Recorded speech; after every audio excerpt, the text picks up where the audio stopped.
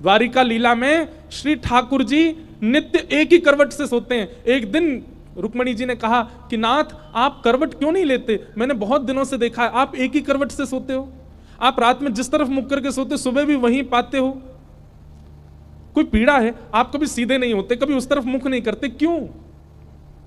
ठाकुर जी कहते हैं रुक्मणी उस तरफ वृंदावन है, द्वारिका से 1500 किलोमीटर दूर है वृंदावन आज की डेट में, और जिस द्वारिका में ठाकुर जी रहते थे वो तो समुद्र में थी, और 2000 किलोमीटर मान लो।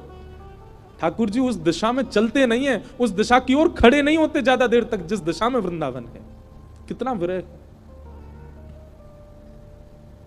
कितनी याद आती है ठाकुर जी को वृंदावन की। द्वारिका में उन सब दिशाओं में पर्दे पड़े हैं जिन दिशा में वृंदावन है। ठाकुर जी नहीं जाते, सह लेते हैं। आज सुबह सुबह ठाकुर जी यशोदा मैया से पहले उठ गए और उठ के स्वयं ही स्नान कर लिया। क्यों? क्योंकि अब मैया के ज्यादा स्नेह को मैं आस्वादन करूंगा तो मैं जा नहीं पाऊंगा। मैया उठी, आज आश्चर्यचकित है गई, बोले लाला तू नहा लियो? ठाकुर जी बोले हाँ मैया। तेने अपने आप श्रृंगार कियो? अपनो श्रृंगार नहीं किया, ठाकुर जी ने केवल एक तिलक धारण किया है, एक माला पहनी है बस, और आज ज्यादा विशिष्ट श्रृंगार में नहीं है।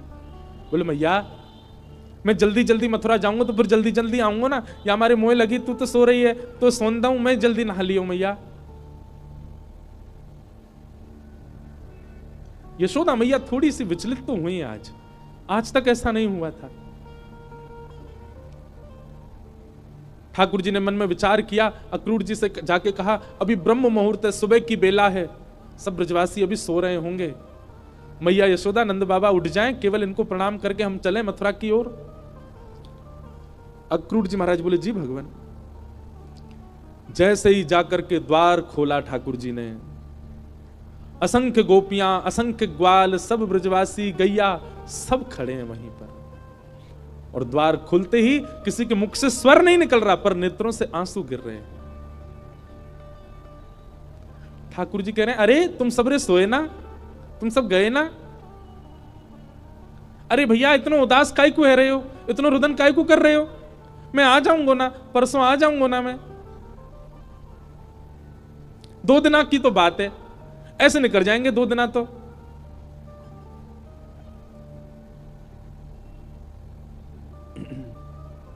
देखे बिन कान्हा जब मन नाही माना, इन आंखों से आज हमने ब्रह्म पहचाना, कृष्ण चरण कमलों में मन को लगाना, इन गोपियों का ताना ये उल्हाना, दर्शन का बहाना है। गोपियां बहाने बना बना करके आती हैं, घर में मक्खन धरो है फिर भी जबरदस्ती मक्खन लेवे जामे कि या बहाने कन्हैया दिख जाएगा। घर में गैया बंधी है, गोबर धरो है, पर गोबर लेवे के काजे जबरदस्ती नंद भवन में भीतर घुसे कि कन्हैया दिख जाएंगे। इन बहानों से श्री कृष्ण को नित्य देखने वाली गोपियां वो 2 दिन बिना कृष्ण के कैसे रहेंगी? भगवान के सखा मधुमंगल, श्री दामा, तन सुखा, मन सुखा, धन सुखा, सुबल तोष, सब एक कोने में बैठे। मधुमंगल आके बोले लाला तू जा तो 2 दिना को रहो, लेकिन तने एक बार भी विचार नहीं कियो ये श्री दामा ये सुबह उठते या को नियम है 11 वर्ष थे, भगवान के अधिकतर सखा सब ठाकुर जी से बड़े हैं उम्र में, हमारा नियम है 11 वर्ष थे। हम रोज सवेरे उठ करके आंख बंद करके पहले नंद भवन आमे, सबसे पहले 13 मुखमंडल देखें, वाके बाद जलपान करें लाला, तो देखे बगैर हमारे जल हलकते नीचे ना उतरे। और तू 2 दिना के काज हमें छोड़ के जा रहा हो, हम कैसे जीवित रहेंगे? ठाकुर जी स्तब्ध हो रहे हैं, मौन हो रहे हैं, कहां समझाएं, अब शब्द नहीं है ठाकुर जी के पास। भगवान किशोरी जी के पास गए, चरणों में प्रणाम किया, राधे राधे। ये स्तुति ठाकुर जी ने ही गाई है, आज भी बरसाने में गाते हैं सब, ठाकुर जी गा रहे हैं राधे राधे करुणामयी कृष्ण प्यारी मेरी सुधली जो श्री वृषभानु दुलारी, मेरी सुधली जो श्री वृषभानु दुलारी। हे श्यामा जी, आप तो सब जाने, इस विश्व के कल्याण के लिए, उद्धार के लिए मेरो ब्रज से जानो कितनो जरूरी है। आप तो सब जाने श्यामा जी, मुझको आज्ञा दो। हे मनोहारिणी रासेश्वरी रस रूपा, हे मनोहारिणी रासेश्वरी रस रूपा, ब्रज विलासिनी ब्रज भामिनी ब्रज की भूपा, ब्रज विलासिनी ब्रज वासन ब्रज की भूपा, ललितादिक सहचरी सर्वज्ञ स्वरूपा, ललितादिक सहचरी सर्वज्ञ स्वरूपा, मेरी सुधली जो श्री वृषभानु दुलारी, ओ मेरी सुधली जो श्री वृषभानु दुलारी। हे श्यामा जी, बस आगे की यात्रा में आप मुंह पे दृष्टि रखी हो। ठाकुर जी बिना नेत्र मिलाए चर्चा कर रहे हैं। किशोरी जी कह रही हैं, श्याम सुंदर या को उत्तर मुंह कहां देना चाहिए, आप ही बता के जाओ। ठाकुर जी बोले क्यों? बोले प्रेमी यदि जा रहे हो है तो दूसरों प्रेमी वाकु रोके नहीं, तो फिर प्रेम काय बात को? प्रेमी जा रहा है तो प्रेमी तो वाकु रोकेगो, लेकिन आप शुभ कार्य के लिए जा रहे हो, मानव कल्याण के लिए जा रहे हो, और शुभ कार्य में यदि कोई जा रहा हो तो उसको टोकना नहीं चाहिए। आप जा रहे हैं विश्व के कल्याण के लिए, मैं आपको रोकूं कैसे, मैं टोकूं कैसे? और मेरो प्रेमी जा रहा है और मैं रोकूं नहीं तो प्रेम कैसा? मुझे कहा करना चाहिए श्याम सुंदर, आप बता के जाओ। आपको आज्ञा दे दूं तो फिर मैं प्रेमी कैसी, जो अपने प्रेमी को दूर जावे की आज्ञा दे रही हूं? मैं टोक दूं, रोक दूं तो शुभ कार्य में टोक लग जाएगी। और मैं कछू ना कहूं तो प्रेमी जा रहा, और मैं कछू ना कहूं तो फिर प्रेम कैसा? मैं कहां कहूं, मुझे कहां उत्तर देना चाहिए? हे श्याम सुंदर बता के जाओ। ठाकुर जी कुछ नहीं बोले, बस चरणों की ओर देखते रहे किशोरी जी की, और रथ में विराजमान हो गए। निर्वाक हैं, निरुत्तर हैं, निरशब्द हैं। रथ जैसे ही आगे बढ़न लगो, सब ब्रजवासियों के नेत्र सजल हो गए। नेक दूर गयो, यहां अक्रूर जी ने इतनी देर में यशोदा मैया को सब सच बता दिया था। मैया जे तुम्हारो लाला ना है, जे देवकी को लाला है। कंस से रक्षा के लिए 11 वर्ष पूर्व वसुदेव जी इस बालक को लेकर के आपके पास आ गए थे, और आपकी बालिका ले जाकर के कंस को दी थी, जो कि अष्टभुजी देवी बन गई थी। अब जे लाला अपनी जन्मदात्री मैया के पास जा रहा हो, मैया है सके कि अब लौट के नहीं आवे, आप कृपा करो। अक्रूर जी को नहीं बताना चाहिए था यशोदा मैया को, पर उन्होंने बता दिया। मैया को तो रक्त ठंडो पड़ गयो, पैर के नीचे से जमीन खिसक गई। ठाकुर जी रथ में बैठ करके जैसे ही जाने लगे, थोड़ी देर बाद जब रथ के चाबुक की आवाज आई, रथ के पहियान की आवाज आई, तब मैया को होश आयो और निकल के भागी अपने भवन से। कान्हा रुक जा, अरे लाला रुक जा, कन्हैया नेक डट जा। मैया की आवाज सुनकर के श्री ठाकुर जी चलते रथ से कूद पड़े, दौड़ करके आए, मैया के अंग से लिपट गए। मैया तू काय को रो रही है? मैं आ रहा हूं ना, परसों आ जाऊंगा। मैया तू रोवे मत, ऐसे करेगी तो मैं किस जाऊंगा? लाला मैया सर्वांगीण अंग का स्पर्श करती जा रही है ठाकुर जी के, और कह रही है लाला मोए जो पता ही तू गोपीन ते झूठ बोले, तू गालन ते झूठ बोले, सबन ते झूठ बोल ले, लेकिन आज तू मोते झूठ बोल रहा है।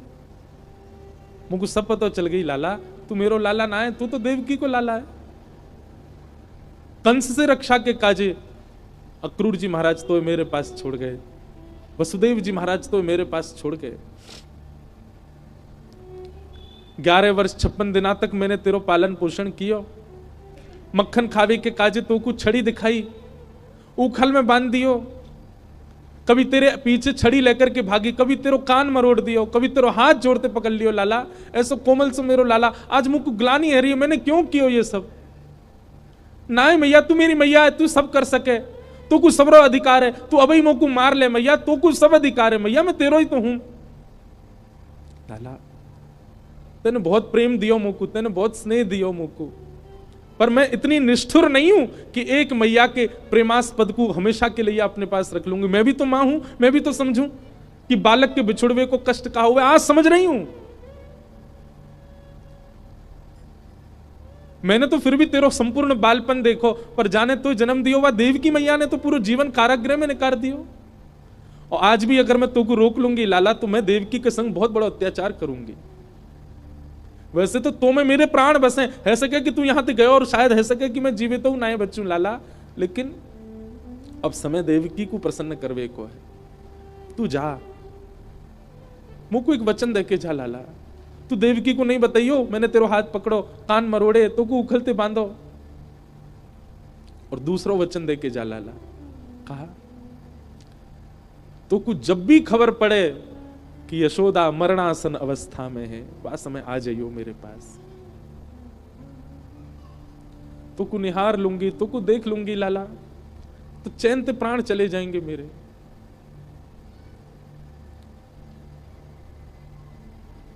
ठाकुर जी लिपट गए यशोदा मैया से, सब खड़े रो रहे हैं, अक्रूर जी तक रुदन कर रहे हैं जो ठाकुर जी को लेने आए। ठाकुर जी बोले मैया तू ब्रजवासी ने मत बताइयो ये बात, ये सब प्राण त्याग देंगे अपने, इन्हें तू यहीं रहने दियो कि मैं परसों आ जाऊंगा। और मैया तू अपना ध्यान रखियो, मैं आ जाऊंगा जल्दी।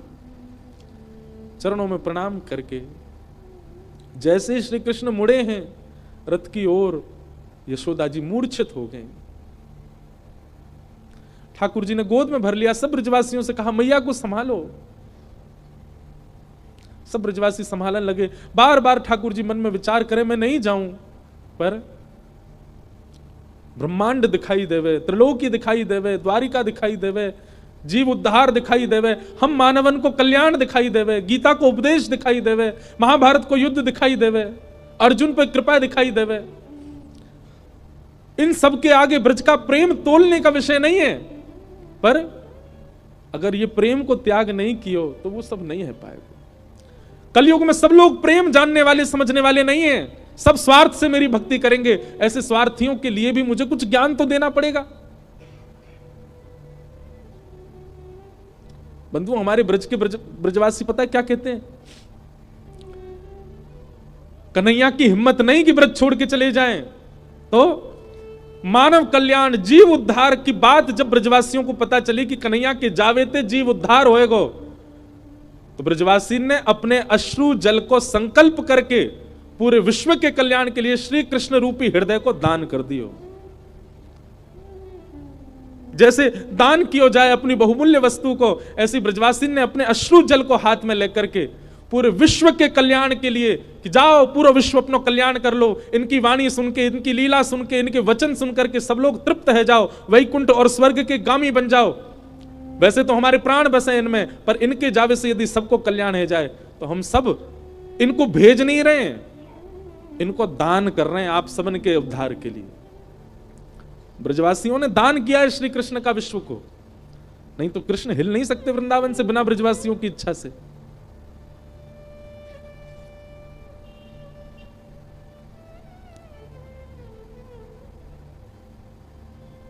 सब देख रहे रथ की ओर। मधुमंगल श्रीदामा चर्चा कर रहे हैं, बोले सुन देखियो लाला अभी आवेगो वापस, वो हमारे बिना रह ही ना पावेगो। इतनो स्नेह इतनो प्रेम जो वाकू दे दियो, जा ही ना पावेगो।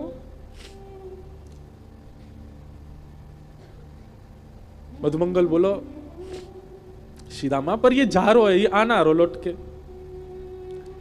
आज हमें लाला पे संशय है रो, हमें अपने प्रेम पे संशय है रो कि क्यों ना आ रो जी लौट के।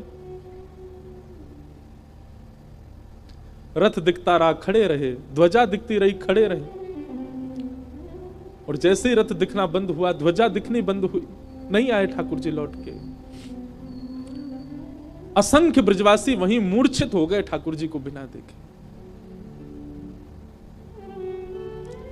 नंद बाबा बोले, अरे मधुमंगल सीधामा, ए भैया ये क्या कर रहे हो, देख परसों आ जाएगा लाला जी, देख सब मूर्छित है गए, जल्दी जा संभालो।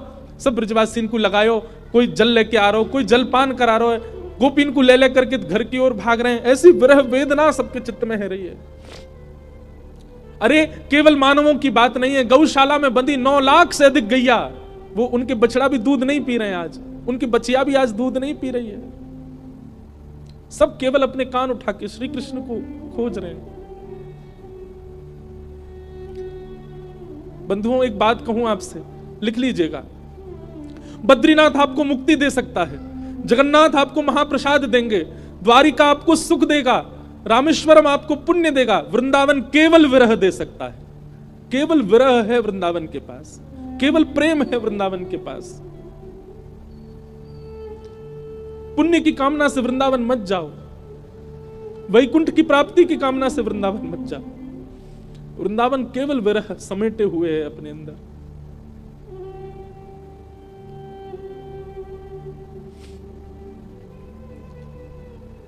हमारे ब्रज में कहते हैं, वृंदावनम परित्यज्य पाद मेकम न गच्छति। श्री ठाकुर जी वृंदावन छोड़ के एक पग भी बाहर नहीं रखते। तन गया है ठाकुर जी का द्वारिका मथुरा, आत्मा तो आज भी वृंदावन में ही है, प्राण तो अभी भी वृंदावन में ही है श्री ठाकुर जी के। वो कभी नहीं जा सकते वृंदावन छोड़ करके। क्यों ब्रजवासियों के प्राण नहीं निकल गए कृष्ण विरह में? क्योंकि अब स्थूल रूप से भले ही कृष्ण नहीं दिख रहे हैं, सबके अंतस्थ में श्री कृष्ण बैठ गए हैं। गोपियां नेत्र बंद करके अपने अंतस्थ में ही अनुभव कर रही हैं। ऐसा लगता है कृष्ण छू रहे हैं, पर आंख खोल के देखती है तो है नहीं। ये अनुभव ब्रजवासियों को जीवित रखता है, प्रत्यक्ष में वो स्थिति नहीं है।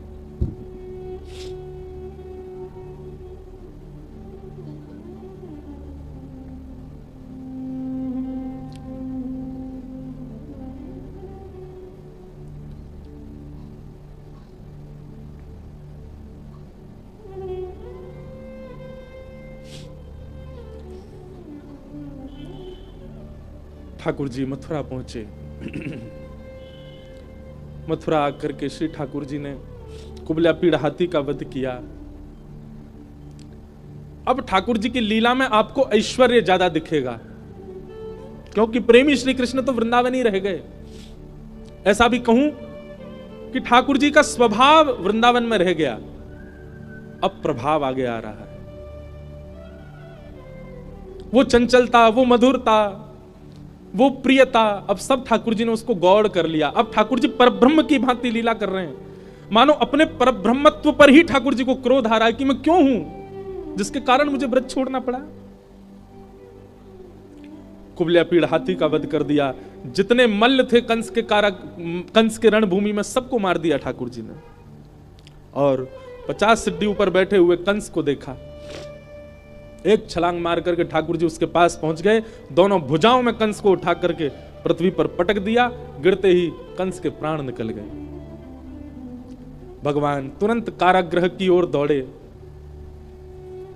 बंधु एक बात कहूं, ठाकुर जी का एक खेल है, विरह और संयोग, संयोग और वियोग।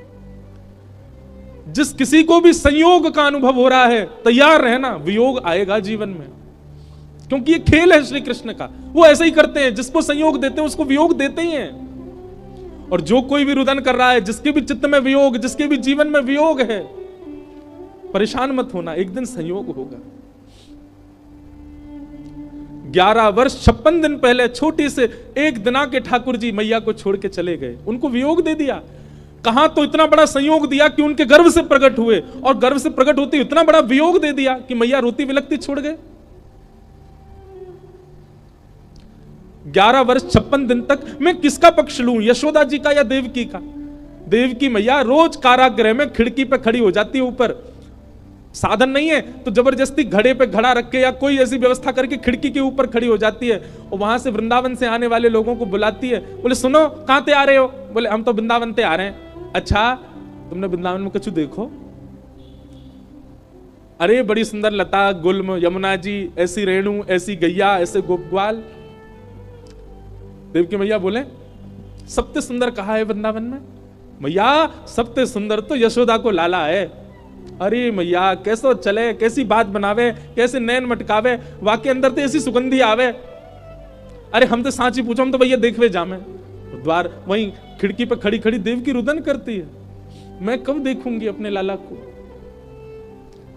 काश इन्होंने यशोदा की लाला की जगह एक बार कह दिया हो तो देवकी को लाला। उनका विरह कम नहीं है। 11 वर्ष 56 दिन कहां ब्रजमंडल में इतना आनंद, इतना सुख, इतने उत्साह। कई लोग मुझे बोलते हैं ठाकुर जी क्यों, कितना बुरा किया ठाकुर जी ने ब्रजवासियों के साथ। ठाकुर जी को देवकी का विरह दिखाई दे रहा है। जहां लाखों नर नारी आनंद कर रहे थे, वहीं एक कारागृह में बैठकर के सिसक सिसक के रो रही है देवकी। पता चला जब देवकी को कि मेरे लाला ने गिरिराज जी उठाए हैं, 7 दिन तक अन्न जल नहीं पाया, केवल जल पी करके व्रत कर रही है कि मेरे लाला स्वस्थ रहे, मेरे लाला को कोई पीड़ा नहीं हो। जैसी पता चलती कोई राक्षस वृंदावन चलो गयो है, देवकी मैया उसी समय तप में बैठ जाती। हे विधाता आप जैसे कहेंगे वैसे जीवन जीऊंगी, पूरी युवावस्था मैंने जेल में निकाल दी, बस मेरे लाला को स्वस्थ रखी हूं, प्रसन्न रखी। आज 11 वर्ष 56 दिन बाद उस कारागृह में चंदन की सुगंधी आ रही है। उस कारागृह की ओर एक प्रकाश आ रहा है।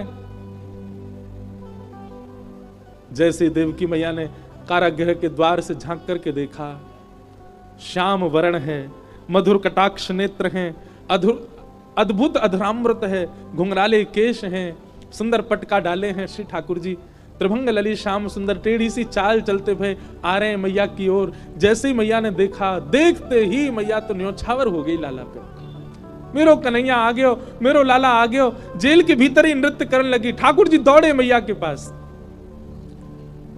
ताला खोल के भीतर प्रवेश किया, मैया ने अपने अंक में भर लिया। 2 बार मूर्छित हो गई देवकी ठाकुर जी को अंक में भर के। ठाकुर जी ने बहुत स्नेह किया। मैया ने लाला को हाथ पकड़ लिया और पकड़ करके बोली, लाला अब तू नहीं जाएगा मुझे छोड़ के, कहीं नहीं जाएगा, कभी नहीं जाएगा, वचन दे मुझको, नहीं तो प्राण त्याग दूंगी। ठाकुर जी के चित्त में यशोदा का भी स्मरण होता है। देवकी मैया, मैया मैं तो वचन दे रहा हूं, अब नहीं जाऊंगा, अब तेरे पास आ गया, तेरे पास ही रहूंगा मैं। श्री कृष्ण का विरह कौन सुनाता है? श्री कृष्ण का विरह कौन गाता है? उनकी वेदना कौन समझ पाता?